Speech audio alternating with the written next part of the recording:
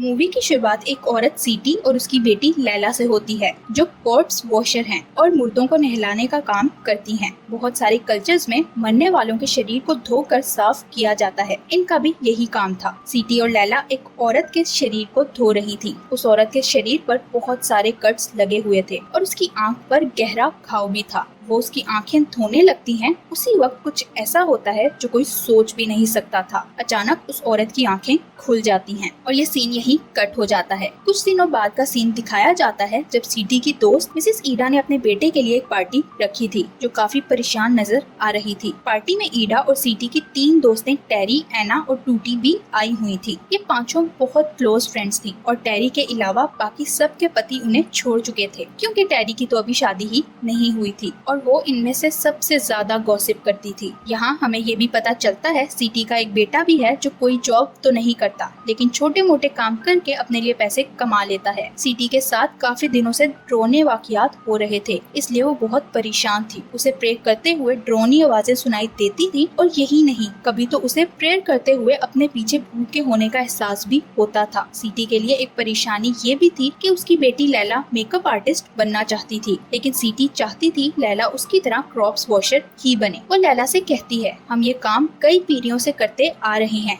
इसलिए तुम्हें भी यही काम करना होगा। सीटी की बात मानकर लैला काम तो करने लगी थी, लेकिन वो खुश नहीं थी। कुछ देर बाद गांव में अनाउंस किया जाता है मिसेस ईडा की मौत हो गई है। सीटी तुरंत ईडा की बॉडी धोने के लिए उसके घर जाती है, पर ईडा को देखकर डर जाती है, क्योंकि उसकी बॉडी की बहुत बुरी हालत थी। उसकी बॉडी पर जगह जगह खून लगा हुआ था, जिसे देखकर ऐसा लग रहा था जैसे ईडा को किसी ने बहुत बुरे तरीके से पीटा है। दूसरी तरफ लैला घर पर थी जब उसके घर की छत एक जगह से टूट जाती है और बारिश होने की वजह से छत से पानी टपकने लगता है। तभी सीटी का बेटा आरिफ घर आता है, जो छत टपकते देखकर उसे ठीक करने लगता है। उतनी देर में सीटी भी घर वापस आ जाती है। कुछ देर आराम करने के बाद सीटी मिसेस ईडा के खून में भरे कपड़े जलाने लगती है और लैला से कहती है, मरे हुए इंसान की सब चीजों को जला देना चाहिए। लैला को कपड़े जलाते हुए ईडा एक पुरानी फोटो मिलती है, जिसमें ईडा के साथ सीटी थी। उधर सीटी के साथ और भी भयानक चीजें होने लगती हैं। सीटी को शीशे में अपनी जगह अपना भूत चिल्लाता हुआ नजर आता है, जो देखकर सीटी डर जाती है।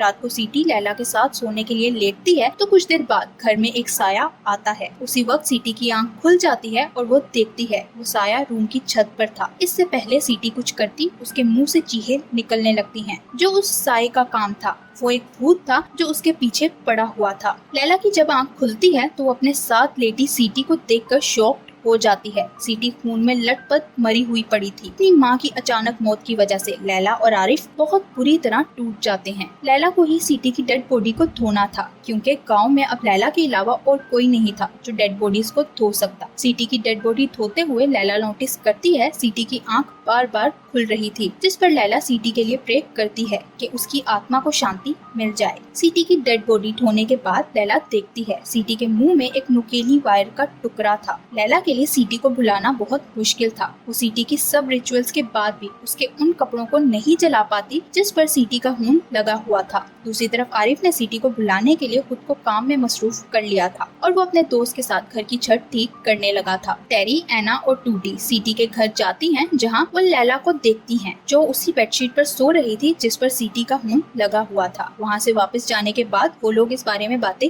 करने लगती हैं। टेरी कहती है ईडा और सीटी की मौत किसी कर्ज की वजह से हुई है और तभी उसकी एक उंगली एक स्केल से कट जाती है। यहाँ हमें इन पांचों दोस्तों की एक पुरानी फोटो दिखाई जाती है, जिसमें इन पांचों के अलावा एक और औरत भी थी। शाम को सीटी की प्रेयर सेरेमनी में लैला को सीटी और ईदा का घोस्ट नजर आता है। लैला को उन दोनों के अलावा एना का घोस्ट भी नजर आता है, लेकिन असल में एना तो वहीं मौजूद थी। ये देखकर लैला परेशान हो जाती है। प्रेयर सेरेमनी से वापस आने के बाद भी लैला को घर में कुछ प्रेयर करते नजर आते हैं और तभी लैला के पाँव में वही नुकीली वायर का टुकड़ा चुभ जाता है जो उसने सीटी के मुंह से निकाला था। एना को देखें तो वो अपने घर में अपने बेटे के साथ थी। तभी वो देखती है एक अलमारी खुद ही खुल के बंद हो रही थी। एना उस अलमारी के पास जाती है तो अलमारी में से एक भूतिया हाथ बाहर आता है और ऐना को अंदर खींचने लगता है। ये देखकर ऐना का बेटा उसे बचाने के लिए उसके पास जाता है, लेकिन तभी ऐना खून में लथपथ होकर जमीन पर गिर जाती है। वो मर चुकी थी। गाँव में 3 औरतें एक ही तरह से मरी थी और ये तीनों एक दूसरे को अच्छे से जानती थी, इसलिए पुलिस इस केस की इन्वेस्टिगेशन करना चाहती थी। पुलिस ऑफिसर ऐना की डेड बॉडी को पोस्टमार्टम करवाने के लिए ले जाना चाहता था ताकि ऐना की मौत की वजह जान सके, लेकिन ऐना का बेटा इसके लिए नहीं मानता। वो लैला से ऐना की डेड बॉडी तुड़वाने के बाद उसे दफनाना चाहता था। लैला सो रही थी जब उसे अपने बेड के पास से हेल्प मी यानी मेरी मदद करो की आवाज सुनाई देती है जो ऐना के घूस्ट की थी। उसी वक्त आरिफ लैला को ऐना की डेड बॉडी धोने के लिए कहता है तो लैला को ऐना के घर जाना पड़ता है। लैला डेड बॉडी धो रही थी जब ऐना अचानक उठकर बैठ जाती है। वो अपने पेट की तरफ इशारा करती है जहाँ से लैला को वैसी ही नुकीली वायर मिलती है जैसी सीटी के मुंह से निकली थी। ऐना की डेड बॉडी वापस लेटने के बाद बार बार अपनी आंखें खोल रही थी और फिर से वो हेल्प मी कहकर शांत हो जाती है। इस सब से लैला समझ गई थी ईदा, सीटी और ऐना की मौत का एक दूसरे से कोई ना कोई कनेक्शन जरूर है, इसलिए वो अगले दिन ऐना के बेटे बोमी से मिलने जाती है। बोमी लैला को बताता है ऐना मरने से पहले किसी नूर का नाम ले रही थी, जिसका मतलब है इस नूर का गांव में होने वाली 3 मौतों से कोई कनेक्शन है। भूमि लैला को एक पुरानी फोटो दिखाता है जिसमें सीटी, ईदा, ऐना, टेरी, टूटी के साथ नूर भी थी। भूमि को विश्वास था नूर का इस सब में हाथ है, लेकिन नूर तो खुद ही मर चुकी थी। रात को लैला ईदा की कब्र खोदती है तो उसे ईदा के पाँव में से वही नुकीली वायर मिलती है। ये देखते ही लैला को ऐसा लगता है जैसे उसके इर्द गिर्द बहुत सारी लाशें आ गई हैं, जिस पर लैला घबरा कर ईदा की कब्र को बंद किए बगैर ही वहाँ से भाग जाती है। अगले दिन गांव में ये बात फैल गई थी, किसी ने ईदा की कब्र को खोदा है। लैला अब इन तीनों मौतों का राज जानना चाहती थी, इसलिए वो ईदा के घर उसकी पुरानी फोटोज ढूंढती है जिसमें उसे नूर की भी कुछ फोटोज मिलती हैं। उसी वक्त वहाँ टूटी आती है जिससे लैला नूर के बारे में पूछती है। नूर का नाम सुनकर टूटी घबरा जाती है और लैला से कहती है नूर एक इवल थी। ये कहते ही टूटी अपने ही फेस को नोचने लगती है, जिस पर लैला घबरा जाती है। लैला के सामने से टूटी गायब हो जाती है और तभी असली टूटी वहाँ आती है जो लैला को लेकर वापस घर चली जाती है। लैला घर वापस जाती है तो वो देखती है आरिफ को उसकी कब्र खोदने वाला टूल मिल गया था। आरिफ जान गया था मिसेस ईडा की कब्र किसी और ने नहीं बल्कि लैला ने ही खोदी है। वो लैला से कहता है तुम्हें ये सब नहीं करना चाहिए। तो लैला आरिफ को नुकीली वायर के टुकड़े दिखाकर बताती है अब तक होने वाली तीनों मौतों का एक दूसरे के साथ कनेक्शन है। इन तीनों को एक ही तरह से मारना कोई इत्तेफाक नहीं बल्कि ये एक कर्ज है। घर के बाहर खड़ी टेरी इनकी आधी बातें सुन लेती है और फिर वो इस बात को अपनी मर्जी का मतलब देकर पूरे गांव में फैला देती है कि गांव की औरतें किसी कर्ज की वजह से मारी जा रही हैं। वो कहती है ये सब किसी नूर नामी औरत की वजह से हो रहा है। उसकी बात सुनकर गांव की औरतें इस बारे में बातें करने लगती हैं कि गांव में पहले नूर नामी एक औरत थी जो दूसरों के हस्बैंड्स को अपनी तरफ अट्रैक्ट करती थी। इस वजह से गांव की बहुत सारी औरतों के पति उनसे दूर हो गए थे। ये सब बातें सुनकर रीका कहती है अगर कोई आदमी अपनी वाइफ को चीट करता है तो इसका इल्जाम उस आदमी को देना चाहिए, उस औरत को नहीं जिसने उसे अपनी तरफ अट्रैक्ट किया। लीना समझ जाती है गांव में ये बात टेरी ने ही फैलाई है, इसलिए रात को वो टेरी के पास जाती है और उसे कहती है तुम्हें गांव में ही कर्ज वाली झूठी बात नहीं फैलानी चाहिए थी। उसकी बात सुनकर टेरी उसके साथ लड़ने लगती है और तभी वहाँ पुलिस ऑफिसर आकर उन्हें लड़ने से रोकता है। वो उन्हें बताता है नूर इस गाँव में रहती थी और उसकी एक बेटी भी थी। नूर तो काफी समय पहले ही मर गई थी, इसलिए गांव में होने वाली 3 मौतों को नूर के साथ ना जोड़ा जाए। जाने से पहले ऑफिसर लैला से कहता है अगर उसे इन 3 कत्लों के बारे में कोई जानकारी मिलेगी तो वो तुरंत उसे बताए। ऑफिसर के जाने के बाद लैला देखती है टेरी के शरीर को कभी नूर की आत्मा प्रोसेस करती है और कभी उन सब औरतों की जो अब तक मारी जा चुकी हैं। नूर की आत्मा कहती है सबने मुझे मारकर उनके हस्बैंड्स को छोड़ने का इल्जाम लगाया, जिस पर दूसरी आत्माएं उसे अभी भी अपने हस्बैंड्स को चुराने का इल्जाम दे रही थी।